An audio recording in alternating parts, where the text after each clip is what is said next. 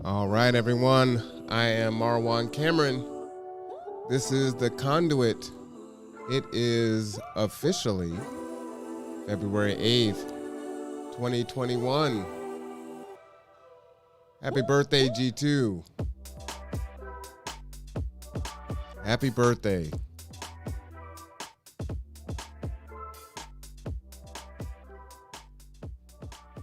All right. Thank you all for joining me this morning. It is midnight, 12:16 to be exact.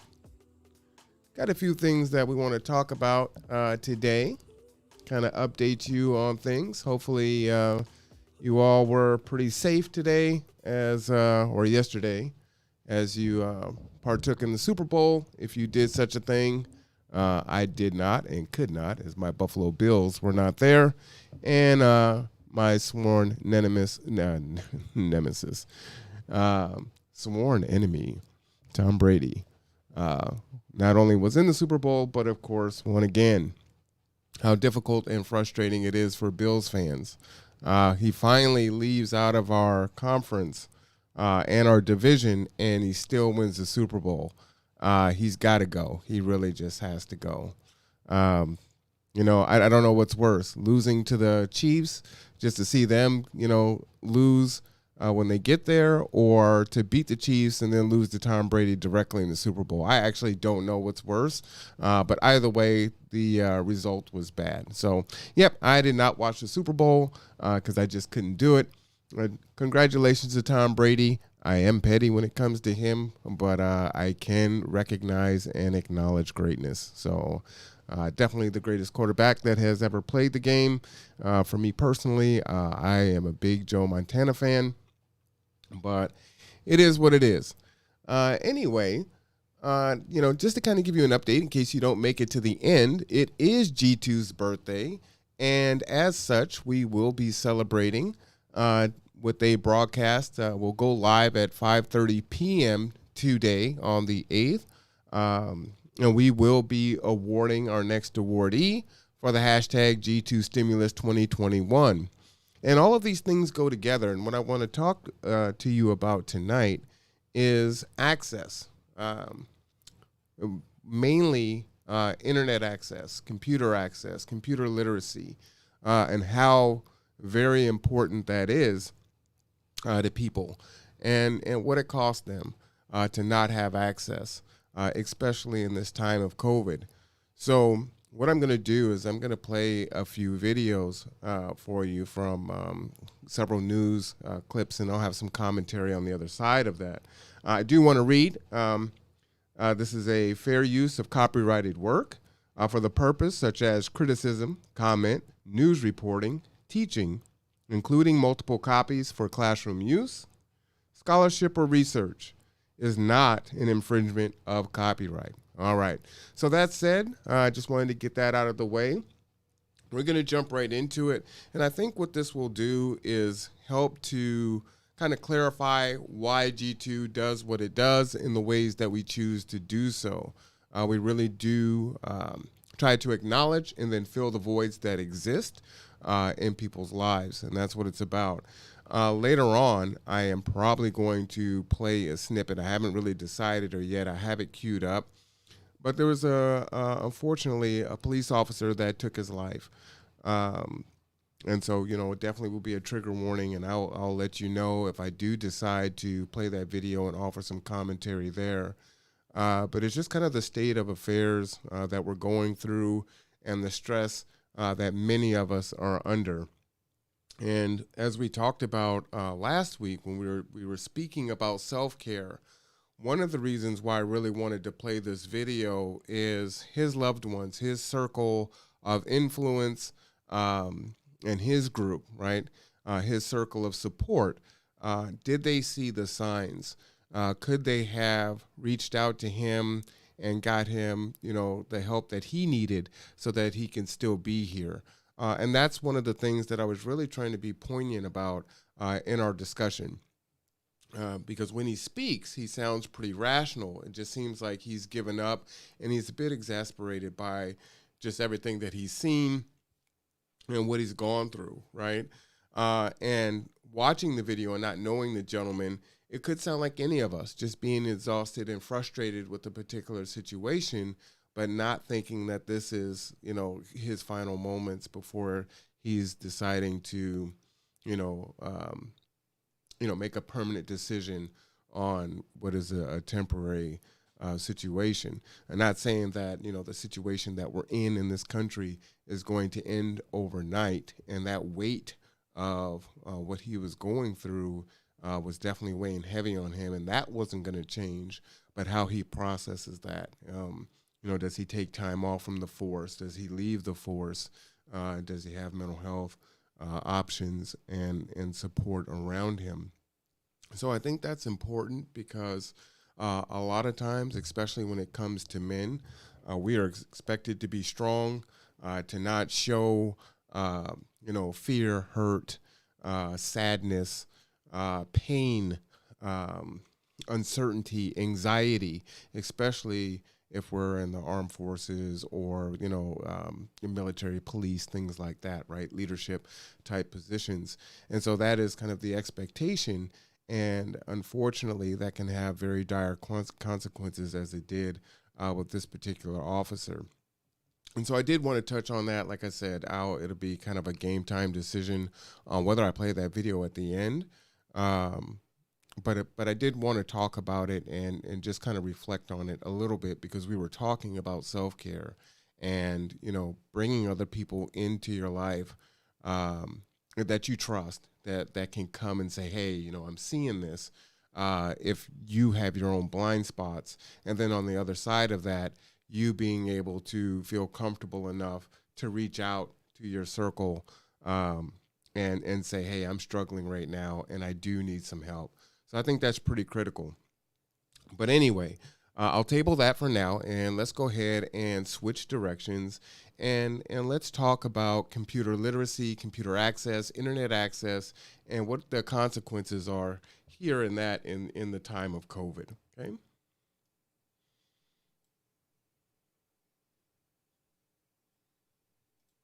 Public. But getting vaccinated is still a struggle. So across the country, strangers are helping seniors they've connected with on social media.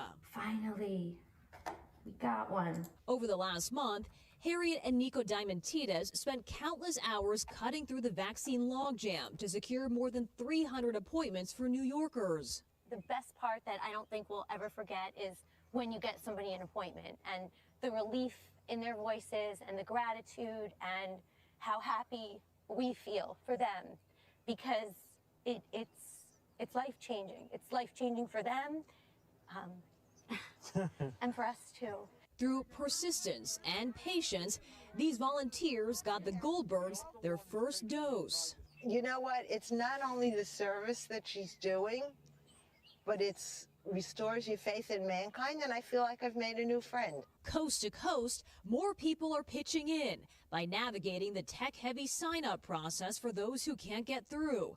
Vaccinate California, a community-led group, launched 3 weeks ago. We heard so many stories of people calling 20, 30 locations, trying to find a vaccine. Folks are scared and they're confused. Back in New York, after much delay, a shot of hope, thanks to helpers turned fast friends.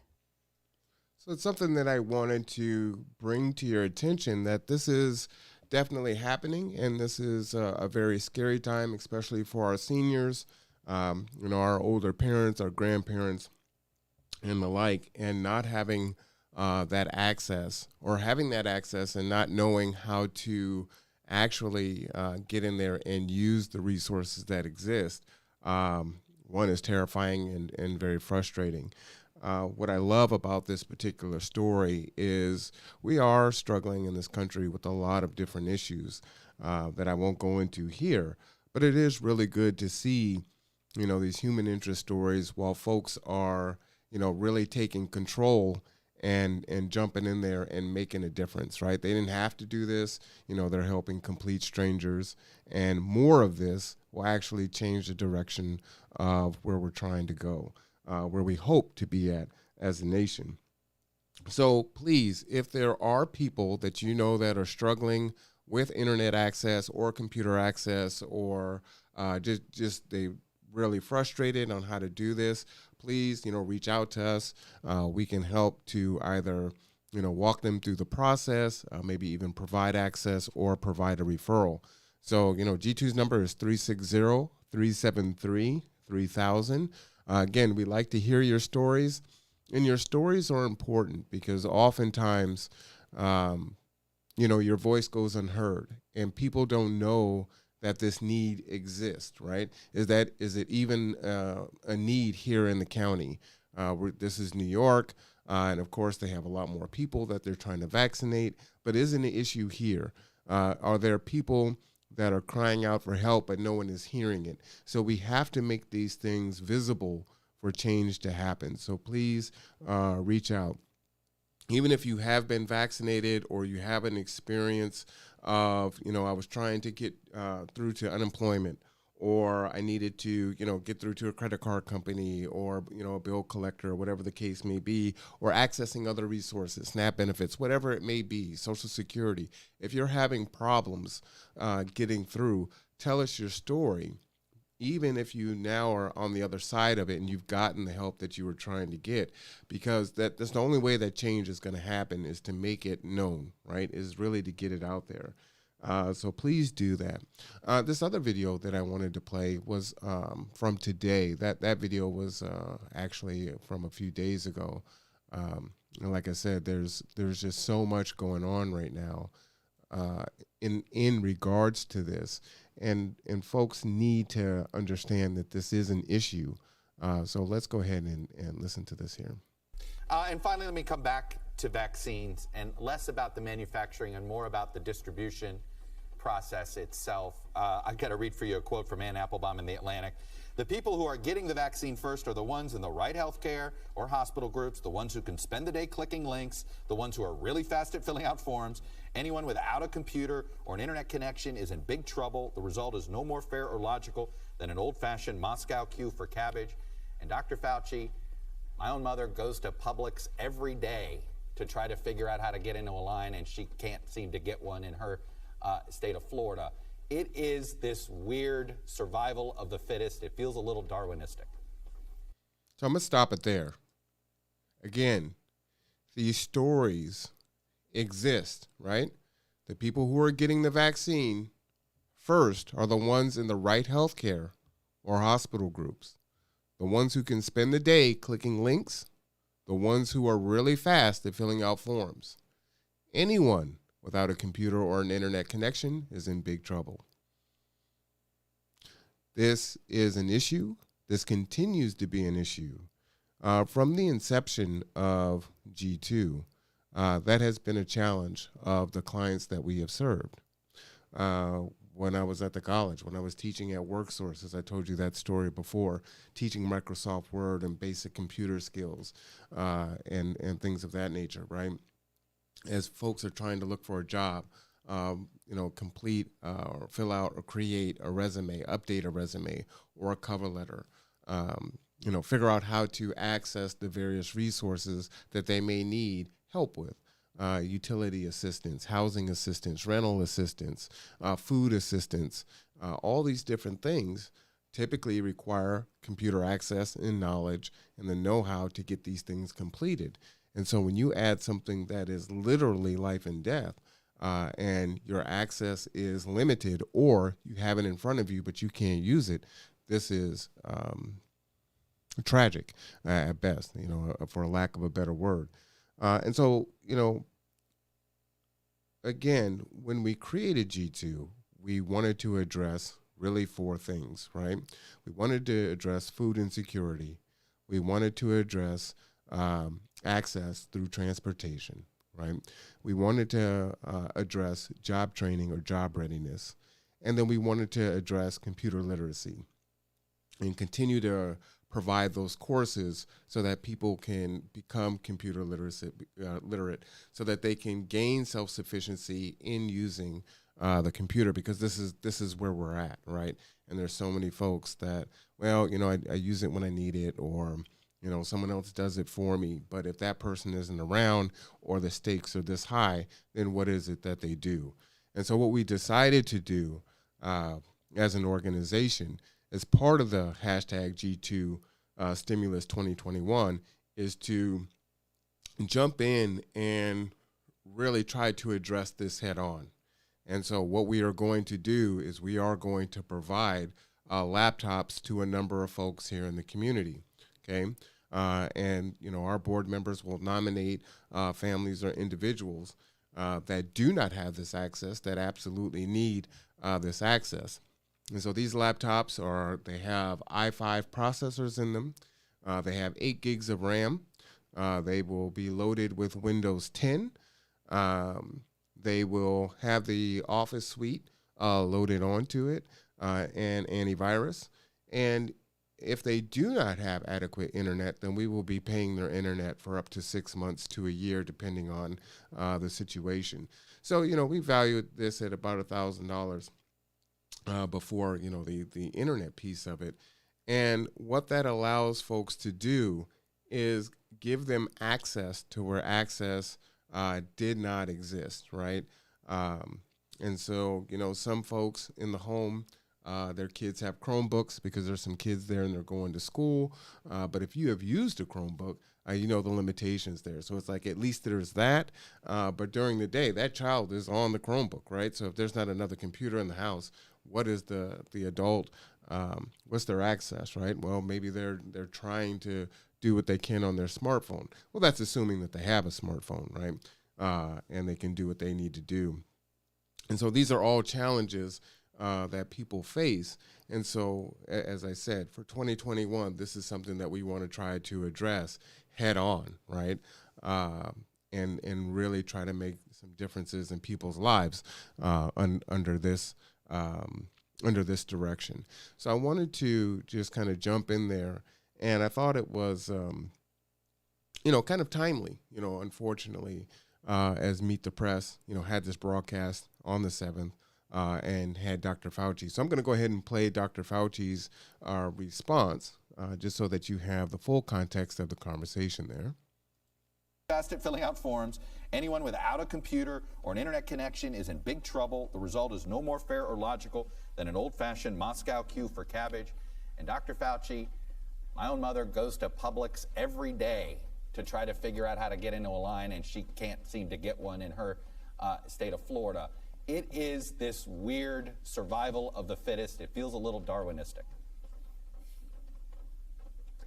Well, that's a little bit more dramatically said than I would say it, but there is a kernel of truth, more than just a kernel to that. And there are ways to get around that, Chuck. First of all, the president's plan, the strategic plan, calls for a following.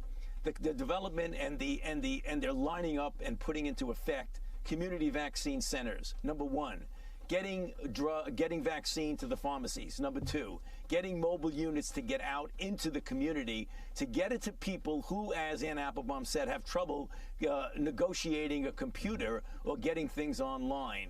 That's really very important. The other thing that's important is that we now have an equity task force that is looking specifically at what I think you're referring to.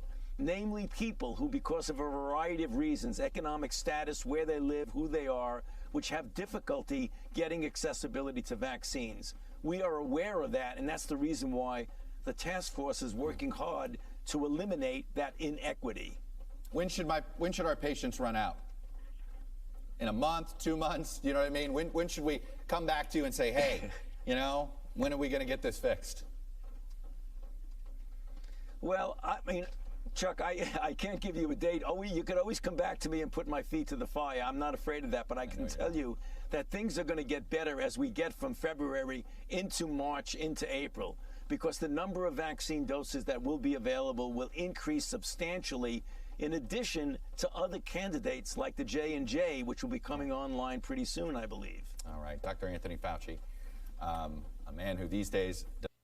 All right, so that was Dr. Fauci having his discussion there. And I'm glad that Chuck Todd, who I think can be pretty soft on the Democratic Party, it did at least press him a little bit on that and said that, he would check back. And they do seem to have pretty good access to Dr. Fauci. So we look forward to seeing these things change. Now, I know that they will incorporate the stadiums and pharmacies and things like that and make it a little bit accessible, a little more accessible for folks to get the vaccine. But again, this is something that we're dealing with now.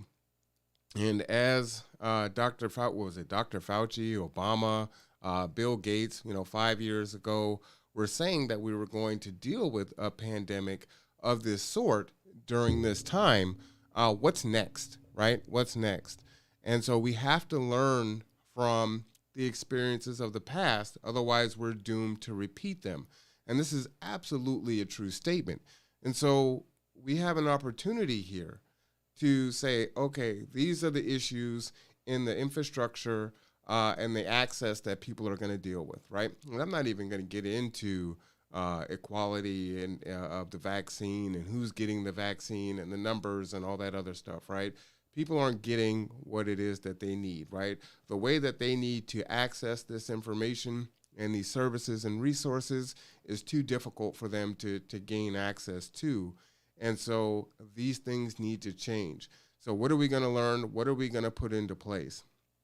As far as G2, like I said, what we're going to do is we are going to put in place providing several people with laptops, okay? And, just wanted to kind of show you here what they look like. So they're Dell laptops, right? They are going to come, as I said, preloaded. These are i5 processors. So you have an i3, which is kind of like the base, an i5, which is middle of the road, and then an i7 processor, which is kind of like your gaming computers and all that, right? So this has a really good processor, has 8 gigs of RAM. So it's going to run nice and smooth. You can have several windows open in different programs. As I said before, this will have Windows 10 uploaded on it and updated. It will also have Microsoft Office, so they will have access to Microsoft Word, Excel, PowerPoint, and those things. And it will also have current antivirus on there. And then if anyone does not have internet access, then we will be providing that internet access, like I said, from 6 months to a year. And so we believe that this will be a game changer for the folks that we're able to serve in this capacity. And it's not something that they're going to have to give back, as maybe schools go back into session, or let's say, college students may have access to computers on the campus through different various programs. But there are a lot of people that do not have this access. I don't know about you, but, I do wear glasses and I've got this huge iPhone here. But even with that, it's difficult for me to do certain things on this phone as it is still pretty tiny, right? So trying to complete forms and get things done, I feel a lot more comfortable trying to do these things through an actual computer. So we're hoping that this is going to make an impact for folks. And so that's what we're going to do. And like I said, join us tomorrow evening at 5:30 live as we interview and present our fourth award winner. Actually, our fifth, because we awarded Aaron. We paid off his court fines. Our fifth hashtag G2 stimulus winner, and provide them with a laptop for themselves and their family. So again, if you know of anyone who is struggling with access, trying to get through to various organizations, if they don't know who to call to get help, please go ahead and give us a call, and we will try to help those folks as best we can.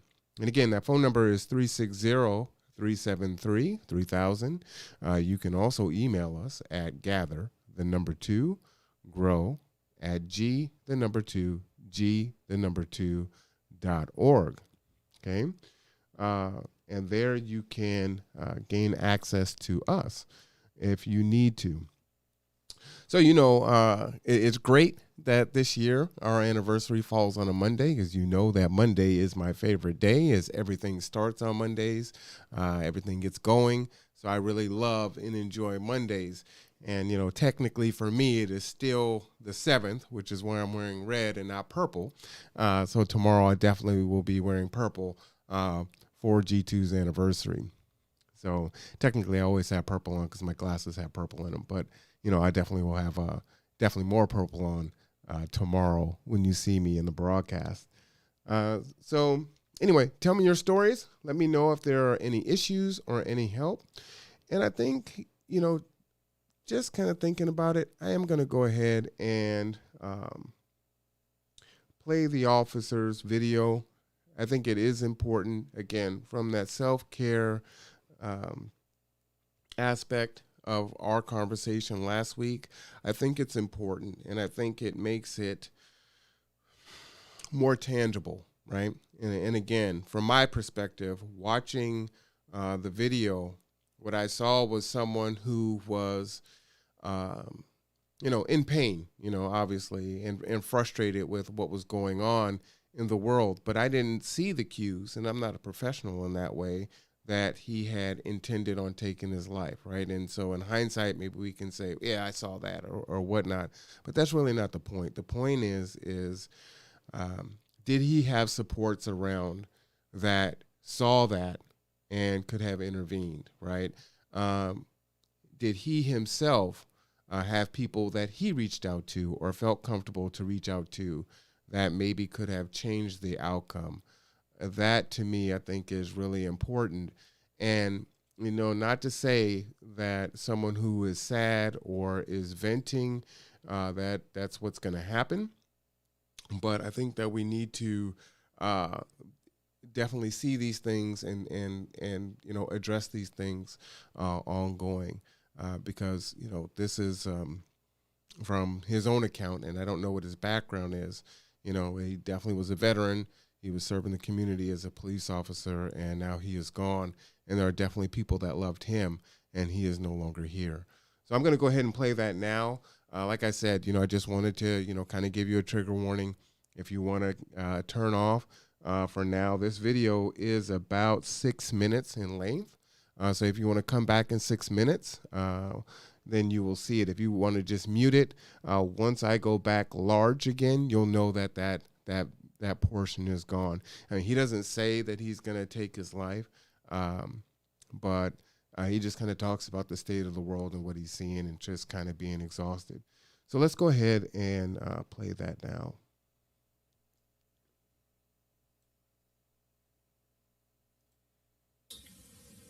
A little bit after 1:30 last Sunday. So, here's what it is. I was kind of hoping to see the Super Bowl, this one especially, because we got two Purple Knights actually playing against each other, Mr. Tyrann Matthews and Leonard Fournette. Hope y'all go forth and conquer, and, I don't think it's happenstance that everything is going on at this particular time. So, I don't know, possibly, maybe if y'all want to, you should. Like I say, take a knee, but you need to figure something out, because this is a moment that can be seized. I think that it should be. So, but yeah, man. I've had enough of all of this nonsense of serving a system that does not give a damn about me or people like me, or just about life in general. And this is my statement. If this isn't something to state that this killing that's going on, especially by the police, which I am, I can't abide by this no more. I'm not having anything to do with this nonsense anymore. Call me what you want, try to discredit me. I have been a stellar deputy in this 5+ years that I've been there. My last eval's been sent. It's copied to somebody. I can't be discredited. There was so much as one write-up for maybe some reports being late. None whatsoever. So it can't be said that I was a shammer or anything like that, or I wasn't pulling my weight. And just for contextual purposes, I just want y'all to understand where and what I'm coming from. My entire life has been in service of other people. And it's just dawned on me that this time, as of now, needs to be seized because you don't really give a damn about us. That is the truth. That is the truth. I've served with a full heart in the military. After that, got back into law enforcement, and you have no idea how hard it is to put a uniform on in this day and age with everything that's going on. None. And listen, y'all entrust me to safeguard your little ones, your small ones, your thing that's most precious to y'all, and I did that well. Y'all trusted me with that. I've had security clearance in the military. That's verifiable. If I was untrustworthy, if I was a threat, would they let me guard the U.S. Embassy in Kabul? Which I did. I trained Iraqi police, Afghan national police, and that's not it. But I wouldn't have been put in a position of that if they thought I was a threat. But that has allowed me to see the inner working of things, and this is a demonic system, and it's not anything I can continue to serve and want to be a part of. And this is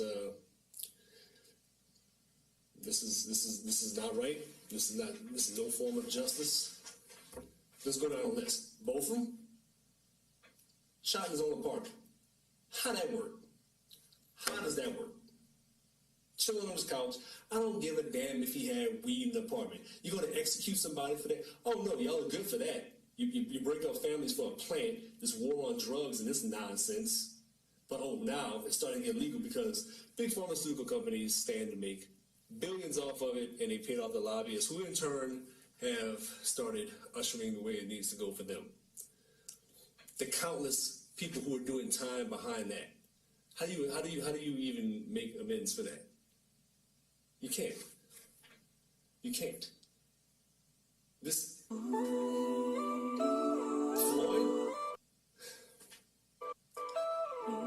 man, Brianna, this shit's not right. I'm telling you, it's not. If this feels right to you as a person, there's something is wrong with you.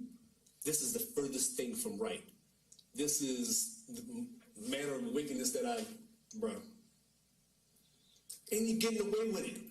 When is it never going to be enough for people? Huh? Seriously. Seriously. Y'all are radicalizing people, and then when they buck and they want to go against the system because it's not for them, you come down on them with a hammer.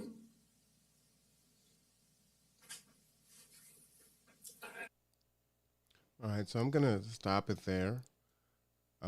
As I said, this is tragic.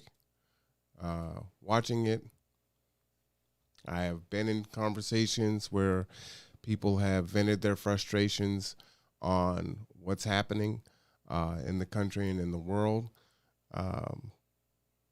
And I wouldn't say that this is where they were, right? But again, it is important to have those relationships with folks so that they can know if you are exhibiting thoughts or behaviors that are counter to just being in a stage of anger or venting, and there's something more. And, as I said before, being in a space where you have people that you can trust, that if there is something that is affecting you more so than normal, that you trust that you can reach out to them and that they're going to, help you, right, and be there for you. So I do want to put this information up. If you do need help, there is suicide prevention. There is 24/7 help. You are not alone. You can call the Lifeline hotline at 1-800-273-TALK, which is 1-800-273-8255. There is also an online chat. You can Google this. You can also text HEAL to the crisis text line at 741-741. Okay? There is a 24-hour crisis line in Kitsap, Clallam County, and Jefferson counties at 1-888-910-0416.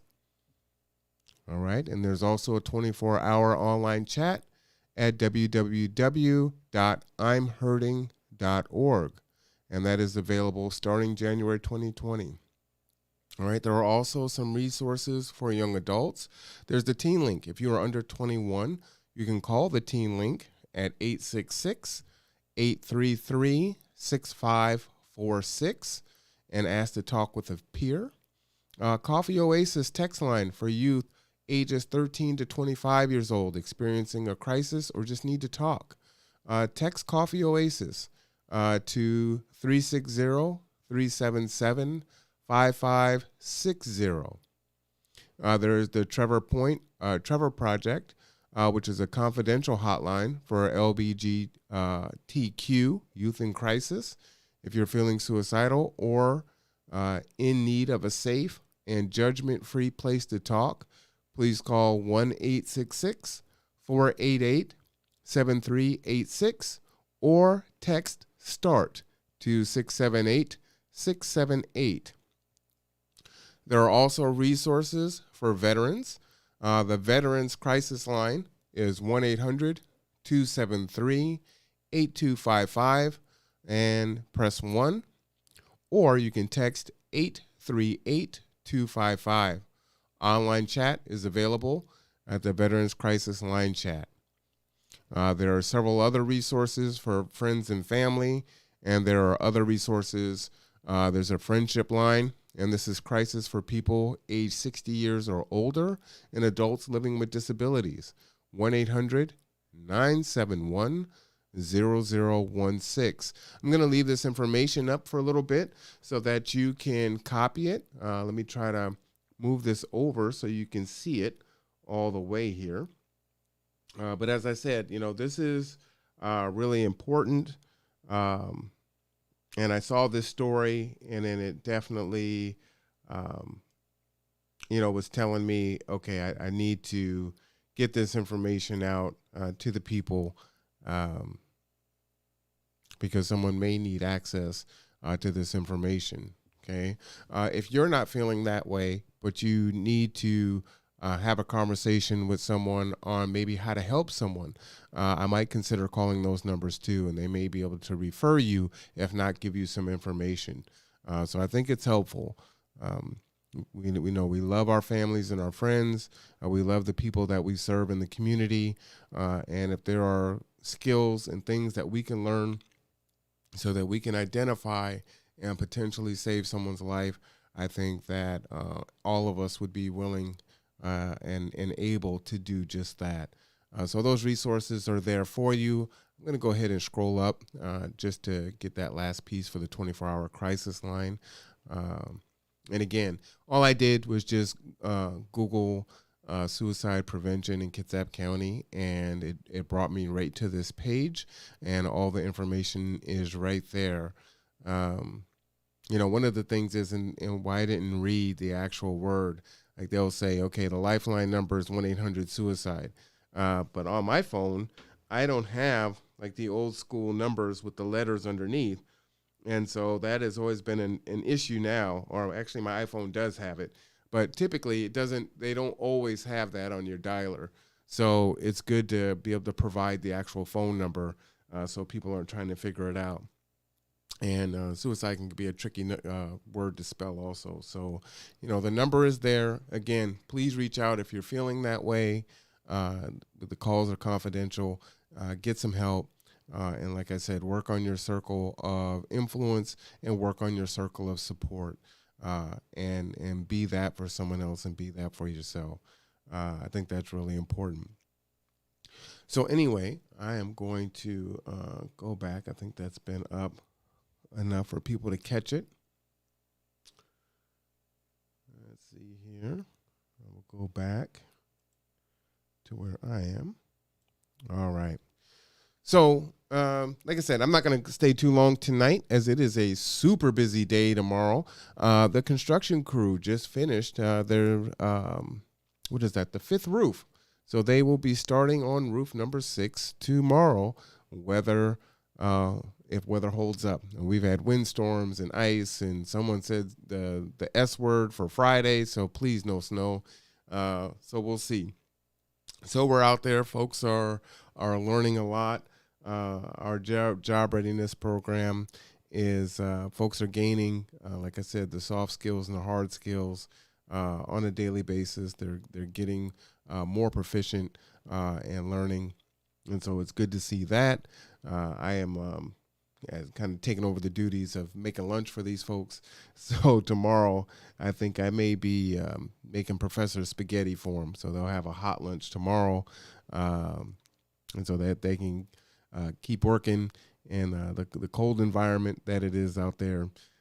So anyway, I hope that you have a fantastic Monday. Thank you for joining me. This is Marwan Cameron with the Conduit. Again, if you need any food or if you want to sponsor someone who needs a meal, you can give us a call at 360-373-3000. If you need transportation or if you want to sponsor transportation for someone else, again, you can give us a call at 360-373-3000. It is Gather Together, Grow Together's birthday, and we are officially 3 years old and working on year number 4. Thank you, everyone, for your support. Without you, we could not have done it, and we hope that we will continue to be able to find different ways to serve the community and be a benefit to the community as a whole, and to help to change the community in the direction, in the ways that I think most of us would like to see that happen. All right. So with that, I will bid you a good morning or a good night, whatever that is for you. And as I said, we will be live at 5:30 p.m. for our hashtag G2 Stimulus 2021. Get some sleep, and we'll see you tomorrow.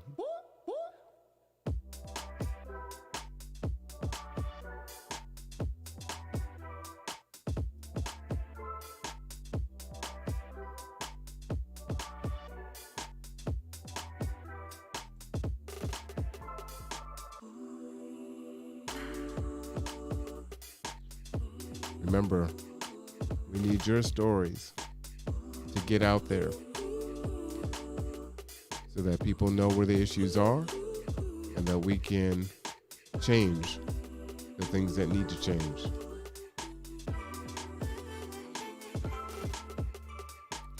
We are far more powerful together than separate. 1, 2, 3, 4